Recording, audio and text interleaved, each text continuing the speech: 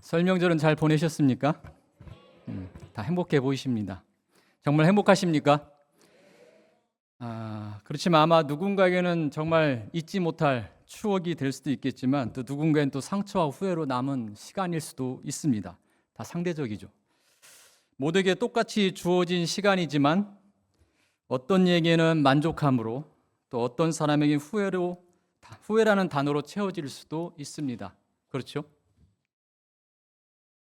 다만 바라기를 설명절뿐만 아니라 오늘 주일도 또 내일도 모두 행복하시길 주님의 이름으로 축복합니다. 그런 의미에서 아까 광고 시간이 됐지만 옆에 앞에 뒤에 계신 분들에게 힘내시라고 축복의 말을 전해봤으면 좋겠습니다. 어떻게 하냐면 진심으로 당신의 시간에 행복만이 가득 채워지시길 바랍니다. 시작.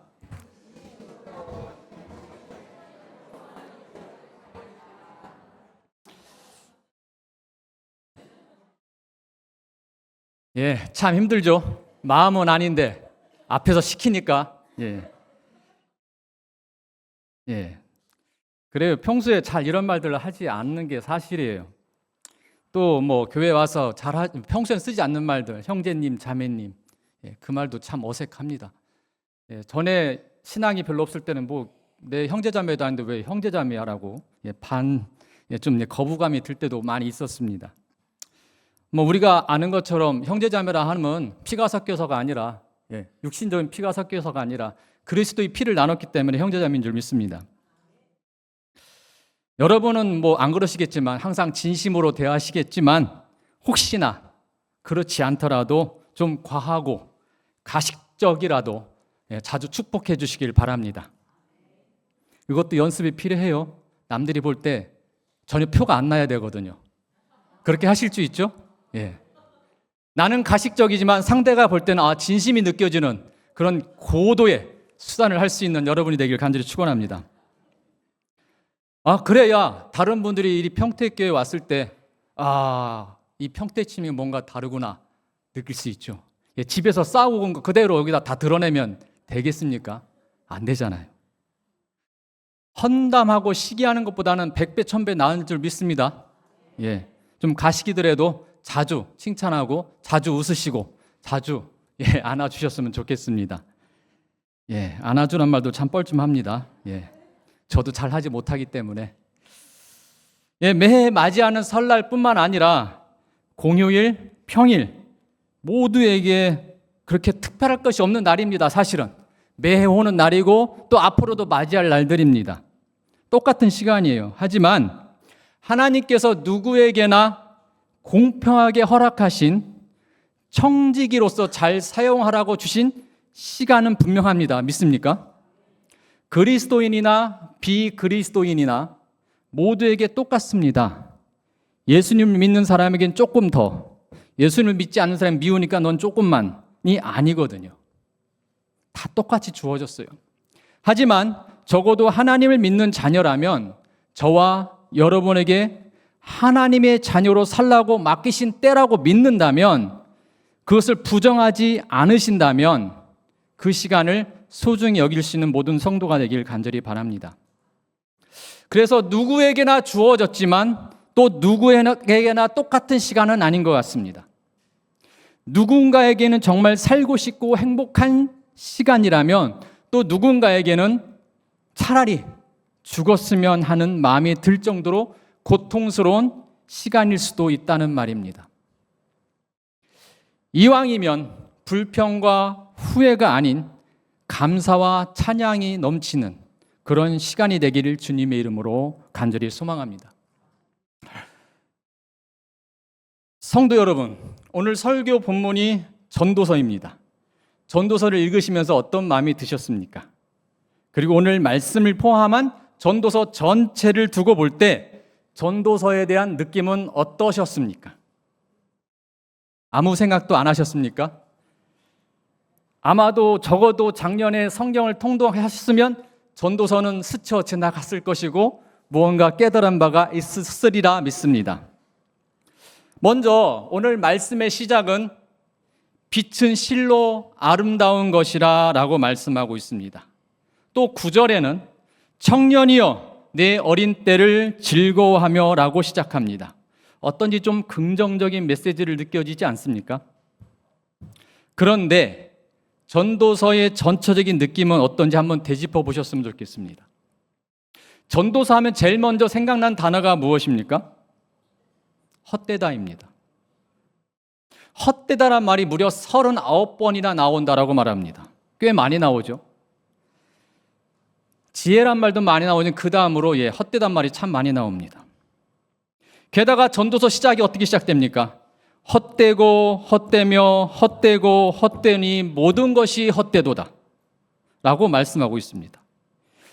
이어지는 말씀도 그렇게 해요. 해 아래서 수고하는 모든 수고가 사람에게 무엇이 유익한가 라고 말씀합니다. 또 전도서의 결말에 가서 보면 또 이런 말씀을 해요. 12장 8절에 전도자가 이르되 헛되고 헛되도다 모든 것이 헛되도다 라고 말씀하면서 마무리를 이어갑니다. 도대체 전도서의 저자는 누구길래, 어떤 인생을 살았길래 이렇게 인생을 돌아보며 하는 말이 헛되다 하는 것인가? 의문이 들지 않습니까? 아무 생각도 안 드십니까? 안 돼요. 생각하셔야 됩니다. 목사님이 알아서 주일날 좋은 말씀 해주실 테니까 잘 들으면 돼 라고 생각하고 계십니까? 아닙니다. 성경은 겉표지를 이렇게 탁 덮어놓고 무조건 믿는 것이 아닙니다. 진짜 신앙은 덮고 믿는 것이 아니라 말씀을 펴서 믿는 것입니다. 궁금해하고 의문을 갖고 질문에 해답을 찾으려는 노력, 그 출발점에서 말씀을 깨닫기 시작합니다. 그러면서 신앙이 성장되는 것입니다. 덮어놓고 믿는다 말하다 보니 반석에 세운 그런 믿음이 아니라 모래 위에 지은 집 같아서 풍파가 오고 조금만 어려워지면 신앙을 저버립니다. 자신의 말씀이 없으니까 남의 말을 듣다가 그 말이 부족해지니까 결국엔 떠나가게 된다는 것입니다. 하나님께서 내게 직접 성경을 통해서 깨닫게 하시고 성장하신 믿음이 있다면 조금은 마음에 불편함이 있더라도 흔들리지 않을 수 있습니다. 교회 공동체 안에 내가 좀 싫어하는 사람, 내 취향이 아닌 사람, 나와 기질과 다른 사람이 있다 할지라도 말씀이 바탕이 돼 있으니까 좀 불편할 수 있지만 서두에 말씀드린 것처럼 고도의 가식적인 웃음으로 그에게 친절을 베풀 수 있다는 말씀입니다. 교회를 떠나갑니다. 왜요? 그 믿음이 내 믿음이 아니니까요. 저 사람 신앙이 내 것과 너무 다른 것 같으니까 떠나가게 되는 것입니다. 같은 신앙생활을 하던 형제자매가 미워집니다. 미워하는 것까지는 좋아요. 그럴 수 있으니까요. 근데 절대 용서하지 못합니다. 세상에 있는 사람들은 그래도 술 한잔하면서 풀기도 하는데 그것도 안 됩니다. 술을 안 먹으니까요. 그렇다고 술 먹으라는 얘기는 아닙니다.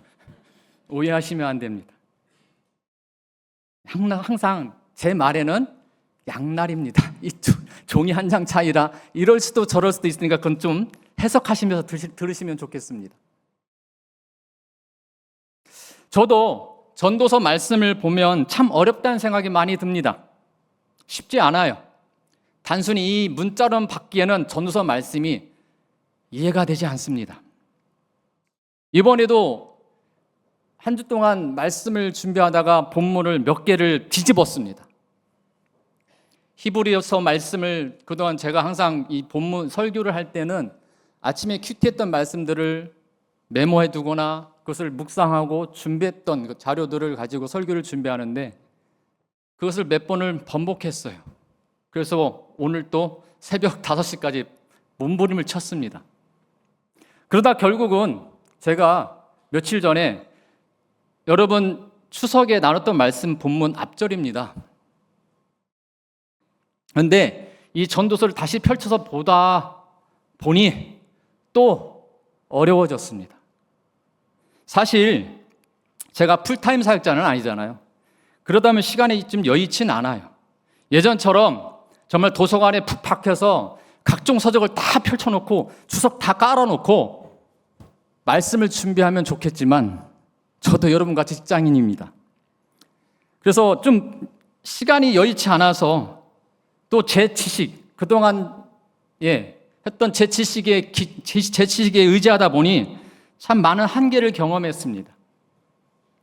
전도서를 더 많이 깊이 읽고 더 반복해서 보고 하면서 또 주석뿐만 아니라 또 예화, 관련 서적, 또 이 전도서나 잠언은 그냥 보면 안 돼요. 인문학적 지식도 풍부해야 돼요. 또 그런 지식 등 관련된 것들을 수집해서 보아야 제대로 된 말씀을 볼 수 있는 것이 사실입니다. 저 또한 제대로 된 설교를 준비할 수 있습니다. 그런데 사실 좀 부족해요. 지금도 계속해서 이건 아닌데라는 마음이 자꾸 머릿속에서 왔다 갔다 합니다. 여러분도 말씀을 읽기만 하는 통독으로 끝내지 않으셨으면 좋겠습니다. 사실 그렇게 하자면 성경 1년에 몇 번도 읽을 수 있습니다. 요즘같이 바쁜 시대에 읽는 것만도 황송하지 뭘 더 기대해? 라고 생각하시는 분이 있을지도 모르겠습니다. 목사님이 교회만 계시니까 그런 얘기 하실 수 있죠. 너무 바빠요. 읽기만 해도 힘들어요. 라고 말씀하신 분이 계시다면 그것도 인정해 드립니다. 그런데 이왕 믿음으로 살고자 다짐했다면 말씀을 품고 고민하고 질문하고 물어보고 찾아보고 스스로 말씀을 깨닫고 깨달은 말씀대로 살아보다가 또 넘어지고 이전에 경험하지 못한 엄청난 은혜를 경험했지만 또 넘어지고 그러다 일어나고 그렇게 사시는 여러분 되기를 주님의 이름으로 간절히 축원합니다. 그게 신앙이에요. 넘어져야 합니다. 또 일어나야 됩니다. 저는 개인적으로 전도서에 대한 첫 경험은 이랬습니다. 전도서의 대표적인 구절 헛되다는 말 때문에 정말 회의적인 마음이 많이 들었던 적이 있습니다. 푸념의 마음이 들었던 적이 있습니다. 성경에 대한 지식도 부족하고 제대로 이해도 못하는 시절에 전도서를 정말 가볍게 바라볼 때가 있었습니다. 그래서 어렵기만 하지 정말 재미도 없지 인생이 더덥다고 말하니 나도 더덥구나 그런 철학적 어설픈 고민만 했을 때가 있었습니다. 전도서의 저자는 전통적 전승에 따라 보통 솔로몬이라고 말은 하지만 사실은 정확하진 않습니다. 왜? 그건 각자 판단하십시오. 중요한 건 전도서는 전도자가 썼다는 겁니다. 이건 모두 동의하시죠? 또 이 전도서 1장에 보면 다윗 왕 이스라엘 왕이 썼다고 말하지만 그게 누군지 알아요. 꼭 솔로몬만 말하는 건 아닐 수 있습니다. 하지만 이 사람은 도대체 누구길래? 만약 솔로몬이라고 한다면 살 만큼 살지 않았습니까? 벌을 만큼 벌었고 누릴 만큼 누린 사람입니다. 어느 누구 하나 그 사람에 대해서 참 못났어라고 말할 수 없을 만큼 정말 대단한 부귀영화를 누린 사람이고 지식을 누린 사람입니다. 그런데 왜 그 사람이 뭐가 부족해서 헛되다 말하는가? 저는 사실 못마땅했어요. 지는 살아봤으니까. 지는 그만큼 누려봤으니까 그런 말 할 수 있지. 사실 전도사 시절 뻔하잖아요. 돈도 없죠. 있는 거 없죠. 있는 것보다 없는 게 더 많은 그 삶 속에서 나아지는 건 없고 이사 갈 때쯤 되면은 보증금 몇 천만 원이 아니라 1,000만 원이 없어서 맨날 허둥지둥하는 그런 삶 가운데서 이런 말을 하는 것 자체가 사실 받아들이기 어려웠습니다. 공감할 수 없었습니다. 그래서 어쩌라는 거야. 그래서 이런 마음이 제 마음 가운데 사실 들었던 것이 사실입니다. 이것도 저만 그럴 수 있어요. 못난 저의 믿음 때문에 이런 소리를 짓거리는지도 모르겠습니다. 아무튼 오늘 말씀을 통해서든 아니면 댁에 돌아가셔서 다시 한번 전도서를 읽어보시면서 이전에 없었던 하나님이 주시는 큰 은혜가 있기를 간절히 바랍니다. 오늘 말씀의 대상은 1차적으로 젊은이를 지칭하고 있습니다.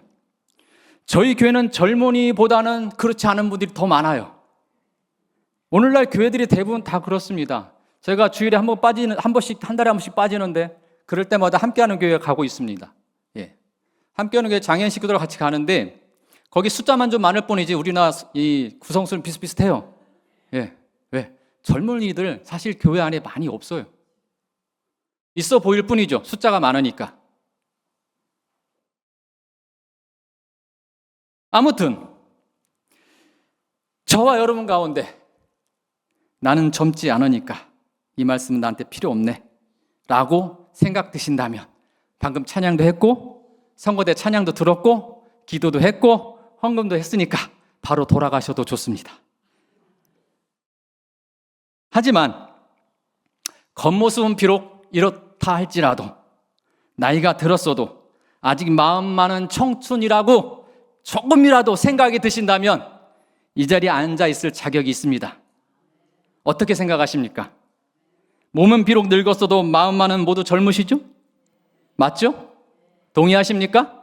제청하십니까? 아멘.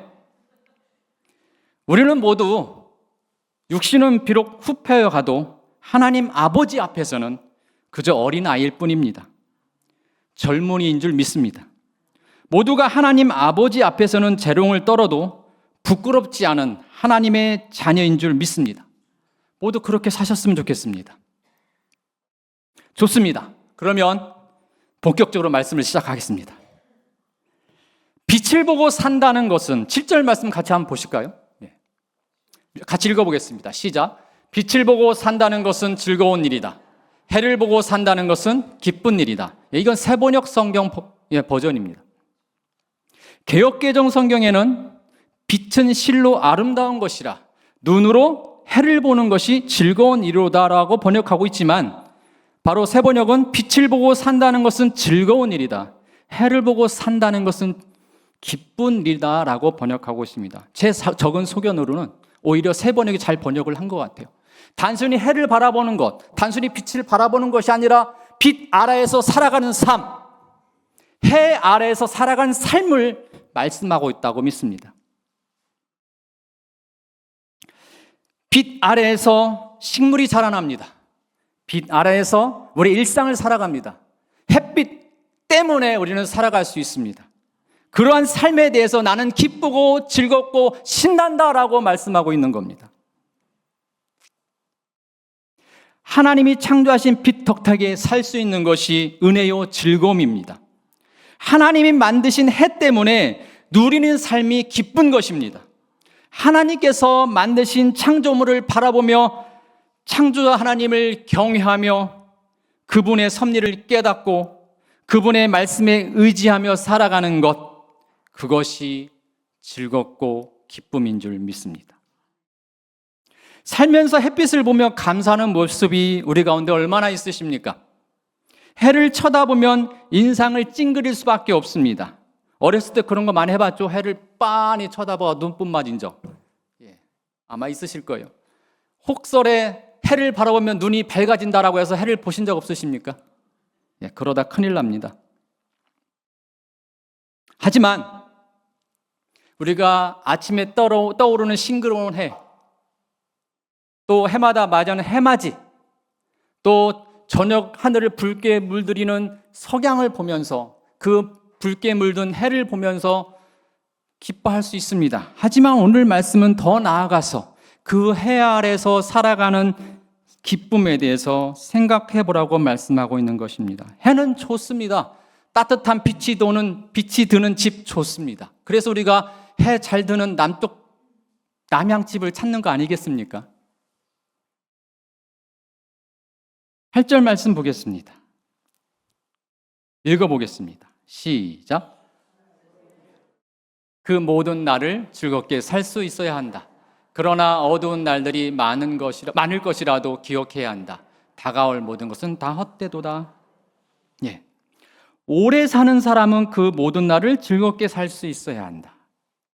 그러나 어두운 날들이 많을 것이라는 것도 꼭 기억해라. 다가올 모든 것은 헛되다라고 말씀합니다. 현대인의 성경은 이렇게 말씀합니다.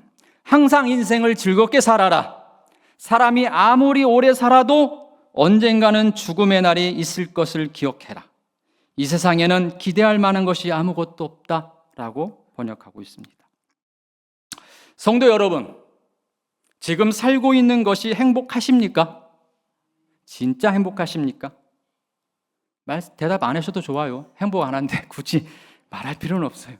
즐거우십니까? 아마도 항상 웃을 수 있는 사람은 머리에 꽃 꽂고 돌아다니는 그런 분일 겁니다. 과거에 시골 동네에 그런 분들이 한두 분씩 계셨어요. 우리 젊은 친구들은 그분들 보셨나요? 아마 예전에 영화 동막골 보셨으면 아실 수도 있을지 모르겠습니다. 여러분이 어렸을 때 바보라고 놀리던 사람, 그분밖에 없습니다. 그분들은 늙지도 않더라고요. 제가 함께 있는 장애인들도 마찬가지예요. 다 젊어 보여요. 어려 보여. 근데 사실 보면 40대, 50대입니다. 그래서 밖에서 오신 분들이 함부로 말씀하시다가 나이를 물어보고 당황할 때가 한두 번이 아닙니다. 생각이 없으면 젊어질 수 있습니다. 늙지 않아요. 잘 보십시오. 옆에 한번 보세요. 젊은가 안 젊은가. 좀 보기보다 젊어 보이면 저 사람 생각이 없는 거예요 라고 판단하셔도 좋습니다. 그렇다고 오해 마십시오. 이 말이 정답은 아닙니다. 오늘 이 자리에도 저희 교회는 주일학교 유년부부터 시작하니까 몇 살 안 돼 어린아이부터 시작해서 30대, 40대, 50대, 60대, 90대까지 있을 수 있습니다. 그런데 사실 돌아보면 항상 웃고만 살 수 없는 것이 우리네 인생입니다. 그런데 어떻게 항상 즐거울 수 있습니까? 그게 가능은 합니까? 어떻게 생각하십니까? 물리적으로 안 되는 말이에요. 세상적 이치로 타당치도 가당치도 않는 말입니다. 근데 이것에 대해 데살로니가전서는 또 뭐라고 말하고 있어요? 5장에 항상 기뻐하라. 이것이 뭐라고요? 이는 그리스도 예수 안에서 너희를 향하신 하나님의 뜻이다. 도대체 하나님의 뜻이라는데 어떻게 기뻐할 수 있어라고 판문하신 적이 한두 번 아니지 않습니까? 성경에서 말하는 기쁨은 도대체 뭐길래? 하나는 알 수 있어요. 단순한 감정적 기쁨은 아니라는 거예요.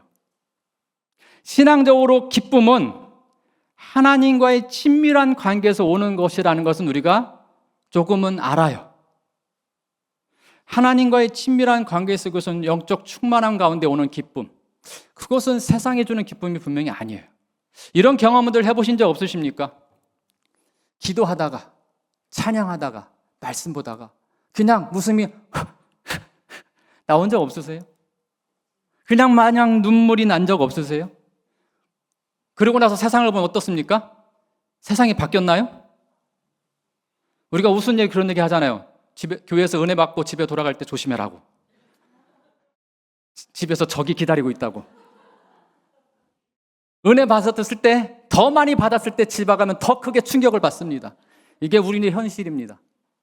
그런데 그럼에도 불구하고 하나님이 주시는 기쁨은 분명한 것은 현실 상황에 대한 기쁨이 아니라는 거예요.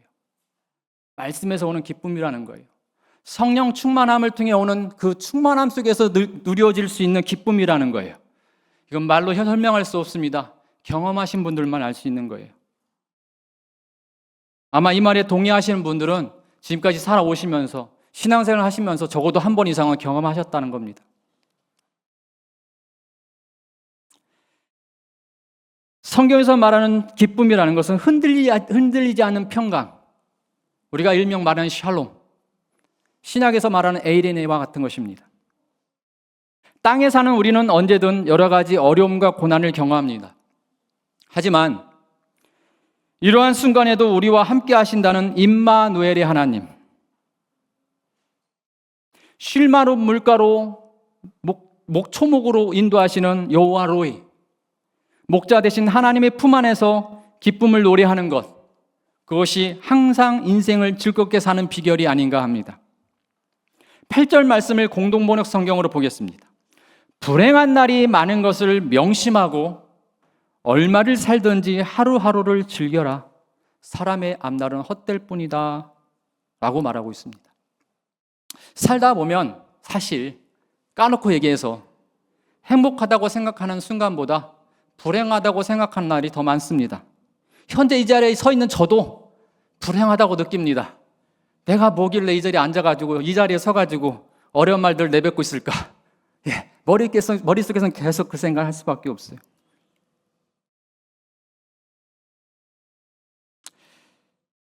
이런 인생을 바라보며 오늘 전도서의 지혜자는 우리를 향하여 얼마를 살든지 하루하루를 즐기라고 권고하고 있습니다. 사람의 생명은 다 달라요. 하지만 그것이 길든 짧든 하나님께서 우리에게 허락하신 때 시간을 소중히 여길 수 있는 지혜로운 사람이 되기를 소원합니다. 빛이 있을 때, 어둠이 몰려오기 전에, 이제 세상의 모든 것이 헛된 것이 되기 전, 늙어서 아무것도 못하기 전, 죽음이 다가오기 전, 하나님이 주신 때, 이때를 즐거워하는 지혜자가 되기를 바랍니다. 그렇습니다. 하나님이 주신 때, 죽음이 다가오기 전 조금이라도, 한 살이라도, 한 시간이라도 젊을 때를 충분히 기뻐하고 즐거워하십시오. 오늘 이 시간, 우리가 하나님께 받은 시간을 허투루 허비하지 않길 바랍니다. 이 또한 전도서에서 전하고자 하는 하나님의 뜻이 아닐까요? 9절 10절 말씀을 읽겠습니다. 시작. 젊은이여, 젊을 때에 젊은 날을 즐겨라. 내 마음과 눈이 원하는 길을 따라라. 다만 네가 하는 이 모든 일에 하나님의 심판이 있다는 것만은 알아라. 내 마음의 걱정과 육체의 고통을 없애라. 혈기왕성한 청춘은 덧없이 지나가기 때문이다. 7절, 빛을 보고 사는 즐거움에 이어 9절은 아직 빛이 있을 때, 젊을 때에 젊은 날을 즐기라고 말씀합니다. 그러면 또 이렇게 생각하는 분이 계십니다. 다시 원점으로, 나는 이미 늙었는데, 나는 이미 아무것도 못하는데, 나는 다리가 불편해서 걷지도 못하는데, 나는 글렀어 라고 속으로만 생각하시잖아요. 표현은 안 하시잖아요. 맞는 말씀입니다. 분명히 9절의 젊은이는 젊은 세대, 청년을 말하는 것입니다. 하지만 물리적인 젊음만을 생각하지 말았으면 합니다. 나는 물리적으로 젊다, 청년이다 생각하는 분들만 손 들지 마십시오. 안 들어도 됩니다. 하지만 적어도 나는 물리적인 것은 그렇지만 나는 젊다라고 생각하시는 분은 손을 번쩍 안 드셔도 좋습니다. 안 되실 걸 알기 때문에. 그러나 우리는 누구든지 인생의 종말을 맞기 전에는 지금이 하루라도 젊은 때일 줄 믿습니다. 8절 말씀 따라 다가올 모든 날은 헛되기 때문에 지금 현재가 소중한 날이고 다시 오지 않을 내 인생의 가장 멋진 황금기라고 여기시면서 사시면 어떨까 하는 말씀을 드리고자 합니다. 오늘 여기뿐만 아니라 온라인으로 예배드리는 모든 분들, 다양한 연령층이 계십니다.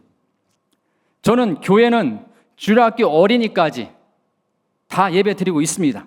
하지만 어쨌거나 이 다양한 연령층 가운데서 또 다양한 모습들이 존재할 수밖에 없습니다.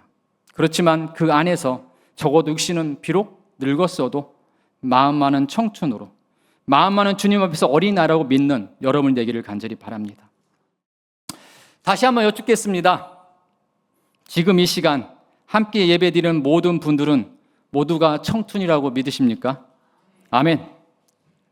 죽음을 맞이하기 전까지는 시간적으로 볼 때 1시간이라도 그렇습니다. 젊습니다. 누구에게나 젊을 때가 있습니다. 또 누구에게나 인생의 황금기가 있습니다. 요즘 젊은이들 말로 각자 리즈 시설이 있습니다. 근데 대부분 말씀하실 때 그 리즈 시설은 언제 있습니까? 미래에 있습니까? 현재에 있습니까? 과거에 있습니까? 과거에 있다라고 말합니다. 그래서 우리는 항상 비교합니다. 현재를 우리가 바라보지 못하고 과거에 매여 있기 때문에 항상 비교하고 감사하지 못하고 즐거워할 수 없게 됩니다. 이제 오늘부터라도 생각을 조금 바꿨으면 합니다. 각 연령은 다르지만 지금은 내게 가장 좋은 시기라고, 제일 멋진 때라고, 내일보다는 오늘이 조금이라도 젊을 때라고 여기셨으면 합니다. 그러면 각 연령에 맞게 하나님께서 주신 삶을 즐길 수 있습니다.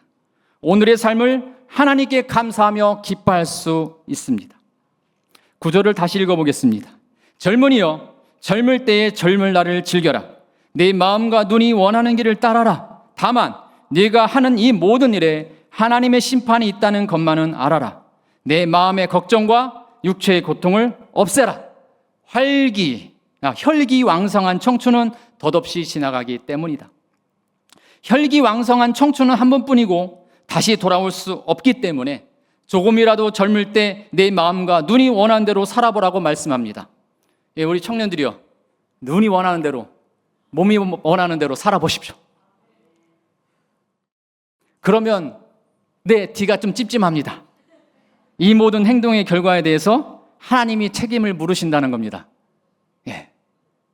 책임이 있다는 거예요. 좀 찜찜합니다. 앞에서는 좀 괜찮았는데 뒤에서 책임을 물으신다니까 이러라는 거 저라는 거야. 즐기라는 거지 말라는 거지 애매해집니다. 저와 여러분 가운데 신앙생활 한다고 하시면서 정말 주변 눈치 안 보고 신나게 살아보신 경험 있으십니까? 말씀대로 내 마음과 눈이 원하는 대로 얼마나 살아보셨습니까? 이 말씀을 공동 번역 성경에서 이렇게 말합니다. 내 청춘이 가기 전에 하고 싶은 일을 하며 즐겨라. 가고 싶은데 가고 보고 싶은 것을 보아라 라고 말씀합니다. 이 말씀대로라면 교회 다니는 분보다는 세상에서 지멋대로 사는 분들이 오히려 하나님 말씀대로 사는 것 같아요. 그렇게 보이지 않습니까? 정말 하나님께서 우리에게 지멋대로 살아도 된다는 말씀일까요? 몸을 아무렇게나 굴려도 되고 그것이 똥인지 된장인지 구분도 못하면서 생각나는 대로 살라고 하시는 말씀일까요? 그 대답은 적어도 예수님을 구원자로 믿는 분들이라면, 내가 하나님의 자녀라고 믿는 분들이라면 아니요 라고 말씀하실 거예요. 그런데 내 자신을 가만히 들여다보면 참 애매하게 살 때가 많습니다. 교회에 가는 것, 예배 드리는 것, 헌금하는 것, 기도하는 것, 교회에 와서 봉사하는 것, 좋습니다. 교회에서 직분을 감당하는 것, 그뿐만 아니라 다른 많은 것들을 정말 즐기지 못하는 경우들이 많습니다. 하긴 하지만 그것이 즐거움이 아닐 때가 있다라는 거예요. 남 눈치 보면서 살 때가 많다라는 거예요. 그 대표적인 사람이 누구예요? 여기 있습니다. 바로 목사라는 타이틀을 갖고 있는 사람이 제일 가식적이고 제일 그렇게 살고 있습니다. 여러분은 괜찮으십니까? 주일 예배에 하루 빠졌을 때 얼마나 마음이 찔리셨습니까? 처음 빠졌을 때, 한두 번 빠지면 그것도 괜찮아져요. 처음 빠졌을 때, 야, 큰일 났다. 주님이 벌 주실 거야. 이런 생각 해보지 않으셨습니까? 기도 생활이 느슨해졌을 때, 자기뿐만 아니라 혹시 자기 자녀가 병이 들면 혹시 나 때문이 아니야? 지난번에 기도 많이 안 해서 그런 거 아니야? 기도 왜 안 가서 그런 거 아니야? 라는 그런 마음이 들지 않으셨습니까? 부모가 되다 보니까 그런 마음이 들더라고요. 나는 아프면 괜찮은데 자식이 아프면 꼭 내가 잘못한 것 같아요. 자식이 안 되면 내가 제대로 목회를 안 해서 그런가? 그런 생각이 들 수밖에 없는 것이 저의 모습이었습니다.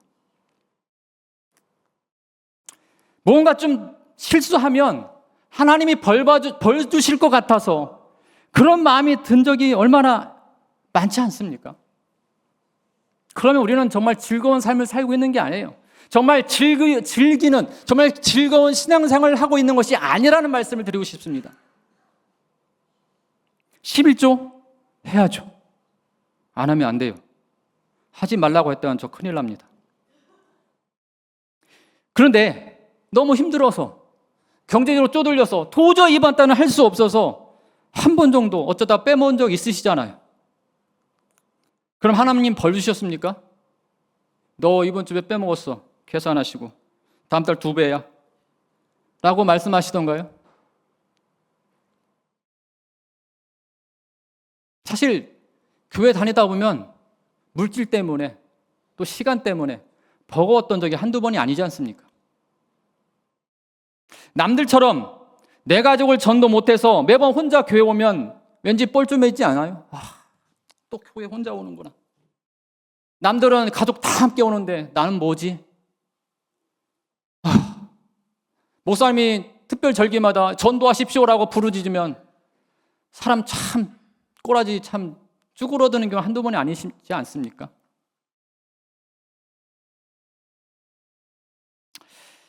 근데 제 자신을 돌아보면 저도 마찬가지예요. 신앙생활을 하는 틀 안에서 그냥 모범생 되려고 노력했던 것, 그것뿐인 것 같아요. 남들 보기에 그래 참 신앙생활 잘하는구나 하는 그 모범생. 예전 드라마처럼 슬기로운 종교생활, 그런 것을 하고 있지 않는지 그런 생각들이 좀 들었습니다. 참으로 다시 오지 않을 젊은 날, 제대로 즐겨보지 못하고 살아온 것이 아닌가 하는 그런 질문들이 생겼습니다. 저나 여러분의 신앙생활을 곰곰이 되짚어 보세요. 한번 어떠세요? 지금까지 잘못 살았다고 반성을 하고 말씀드리는 거 절대 아니에요. 헌금하는 게 잘못된 거 아니잖아요. 교회 오는 거 잘못된 거 아니잖아요. 주일 예배 드리는 거 잘못된 거 아니잖아요. 11조 하는 거 잘못된 거 아니잖아요. 반대로 못했다고 하나님이 책망하는 거 아니에요. 못했다고 그것이 신앙생활 잘못한 건 아니라는 거예요. 저는 그 말을 좀 드리고 싶은 거예요. 하나님이 그런 아버지실까요? 하나하나 정말 째진 눈으로 뺍새 눈을 떠가지고 너 잘하나 보자. 그래 하나하나 체크하시고 52 중에 한 번 빠졌어. 그래 헌금 한 번 빠졌어. 하나하나 꼼꼼히 스크루지 구두쇠처럼 체크하시는 그런 하나님이실까요? 적어도 제 신앙을 바라볼 때 절대 그런 하나님은 아니시더라고요. 여러분은 어떠신가요? 어떤 하나님 아버지를 믿고 사십니까?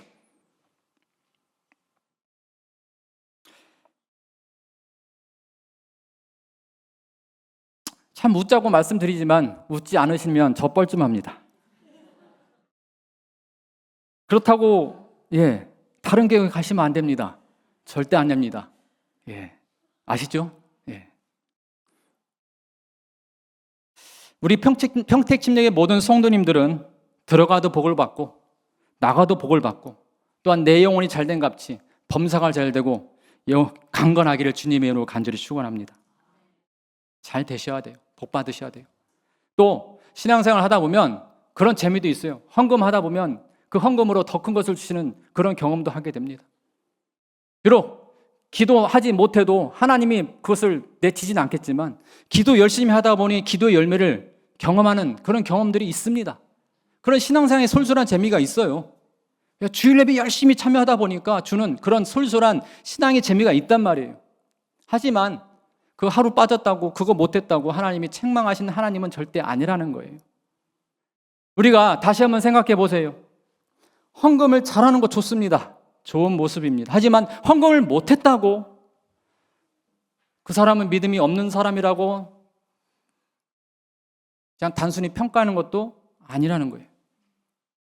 못할 수도 있죠. 돈이 없으니까요. 또 시간이 없다 보니까 기도 못할 수 있죠. 그러면 짧게라도 그분은 어떨까요? 못하시는 분 마음은 아마 마음이 항상 가시방석일 거예요. 그것을 두고 너는 기도 안 해서 그래. 너는 헌금 안 해서 그래. 너는 주일 성수를 안 해서 라고 우리가 잣대를 가지고 재기 시작한다면 그 교회는 풍지박산 될 수밖에 없습니다. 그것이 공동체의 아름다운 모습인 줄 믿습니다. 저나 성도 여러분 모두에게 앞으로 신앙생활 하시면서 너무 한정적으로 제한을 두지 않으셨으면 하는 바람입니다. 예수님이 사시던 시대, 성경 66권이 만들어진 시대와 오늘을 사는 저희들의 삶은 분명히 달라요. 성경에서 하나님께서 저희들에게 들려주시고자 하는 진리가 변질되지 않는 것이라면 다양한 삶이 존재할 수밖에 없습니다. 요한복음 8장 말씀대로 너희가 내 말에 거하면 참으로 내 제자가 되고 진리를 알지니 진리가 너희를 자유케 하리라 라고 말씀하고 있고 그 말씀, 진리가 자유하게 하는 말씀을 누리셔야 합니다. 예수님은 우리에게 너희가 내 말을 듣고 내 말을 믿고 나를 구주로 믿는다고 하니 이제 내 제자가 되었어? 내가 보장할게. 이제부터는 죄의 종로로 타는 삶을 벗어버리고 하나님의 자녀로서 당당히 살아봐 라고 말씀하는 것이 아닐까 합니다. 시간이 너무 많이 지났어요. 여기서 마무리를 해야 되는데 여기서 마무리를 할까 합니다. 다음에 또 기회를 주신다면 2탄으로 가겠습니다. 기도하겠습니다.